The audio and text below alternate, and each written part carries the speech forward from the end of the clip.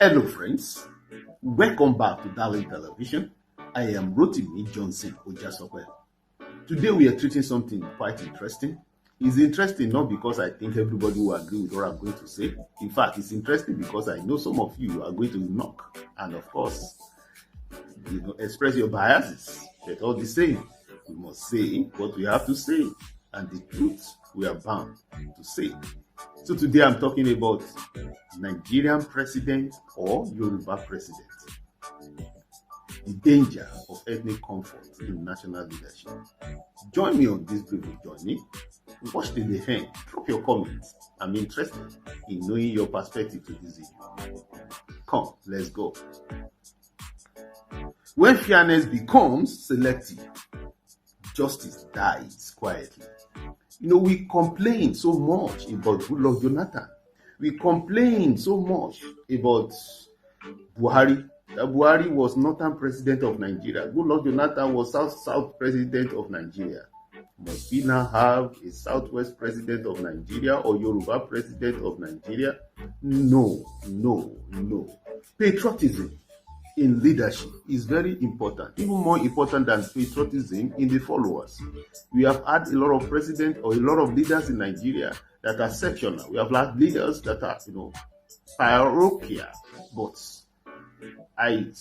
I'm not a fan of President Tinubu. If you are my follower, you know. But in an area, I expected more than this from him. Because in Lagos State, he gave non-Yoruba appointments. He was warm towards all. And because of that, I had an expectation that at least in his appointments, there will be balance.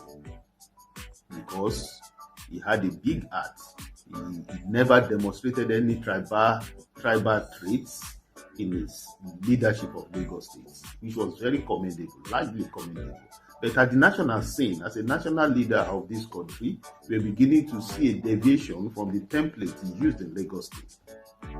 Yes, it is in favor of my ethnic group now. It is in the favor of Yoruba, but we complained vehemently during Buhari's regime that he is the Fulani president of Nigeria. We complained during Jonathan's regime, he was the South president of Nigeria. So the responsibility lies on somebody like me to also complain that Tinubu is disappointing us by treading the path that we also complained about. Of course, he never lent his voice to the complaints those days when we were complaining of Buhari, even though he was the national leader of APC. But the truth is, if you want a united Nigeria, you want us to be united truly and not just rhetorics, then we need a president that will be fair to all. We need a national president of Nigeria, not ethnic or tribal president of Nigeria. A president who in his appointments will make every section, every ethnic in Nigeria feel comfortable with his leadership. That's what we need in this country. Leadership loses moral strength when equity is sacrificed on the altar of ethnic convenience. A true president governs for all, not for the comfort of his own tribe. A true president governs for all, not for the comfort of his own tribe. We condemn sectionalism in Jonathan and Buhari. Same voices now silent because our own is in charge. That's a question. Moral inconsistency breeds decay. Nigeria's strategy is not just bad leadership, but tribal hypocrisy. Of course, some of those complaining about Tinubu's sectional favoritism, they were silent during Buhari's regime. Some of them were silent during Jonathan's regime.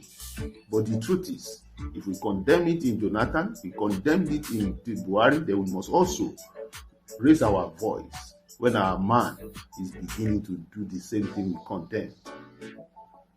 The reality today, from the list which I'm going to publish on this video, show that about 70% of key, for modesty, we use the word key, but the truth is, in the political balance, we say juicy appointments federal appointments traceable to Southwest or to Yoruba extraction. Now, I'm differentiating between Yoruba and Southwest here because there are, for instance, the NNPCL, group managing director is from Kwara State, and Kwara State is in the middle belt, but it's also Yoruba. So you have to balance it that Southwest/Yoruba. This pattern is generating quiet resentment across other zones. Leadership imbalance erodes national trust and widens ethnic fault lines.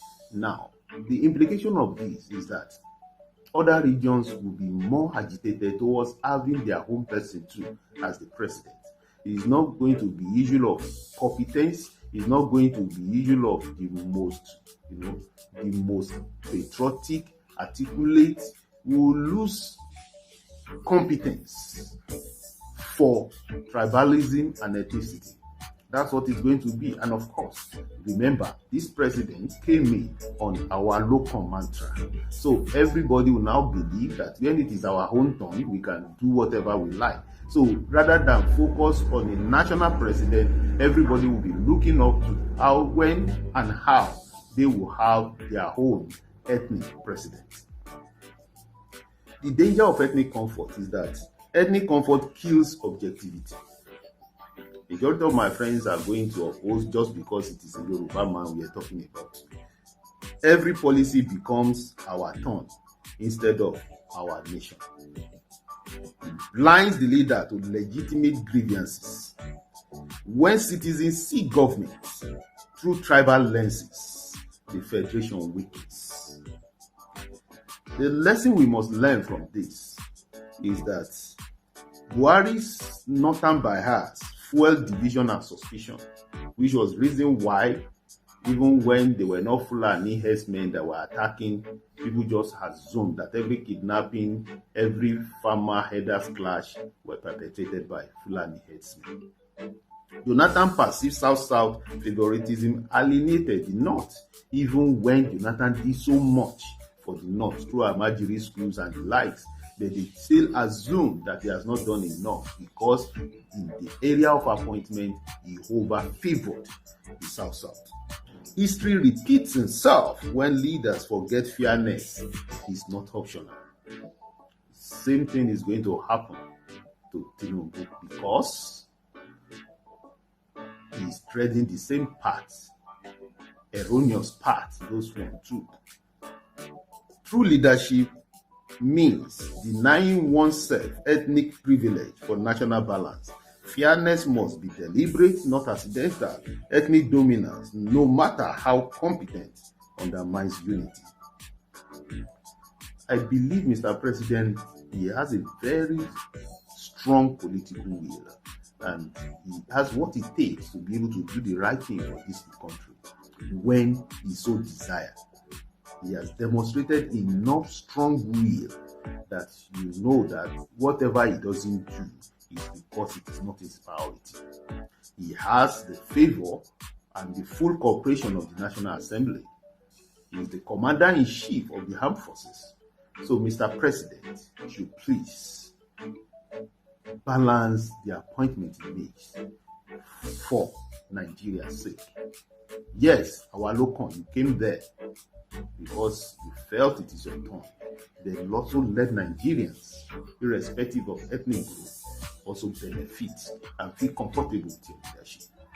So I believe very strongly that Nigeria's diversity is an asset, it's not a threat. We only need to manage it well, and we need leaders to champion true unity by expressing and demonstrating that indeed the diversity is an asset and not a threat. In closing, I want to say, justice is sweet when it benefits those outside your tribe. The true mark of statesmanship is fairness without favoritism. Let Tinubu prove he is a president of Nigeria and not of Yoruba land. Again, I will want to read out the third stanza of our new national anthem. It's actually a prayer, but I think Tinubu being the facilitator of bringing back this old anthem, I believe he should be able to lead the spirit and the truth of this anthem in every way. O God of all creation, grant this our one request. Help us build a nation where no man is oppressed, and so with peace and plenty, Nigeria shall be blessed. Where no man is oppressed is my emphasis here, because when an ethnic group or a tribal region feel oppressed, alienated, segregated, ostracized, or whatever word you use to describe it, then you're oppressing them. Then it is not in the spirit of this new national anthem. Well, until I come back your way, I remain Rotimi Johnson Ojasope. Catch ya. See ya. Thank you.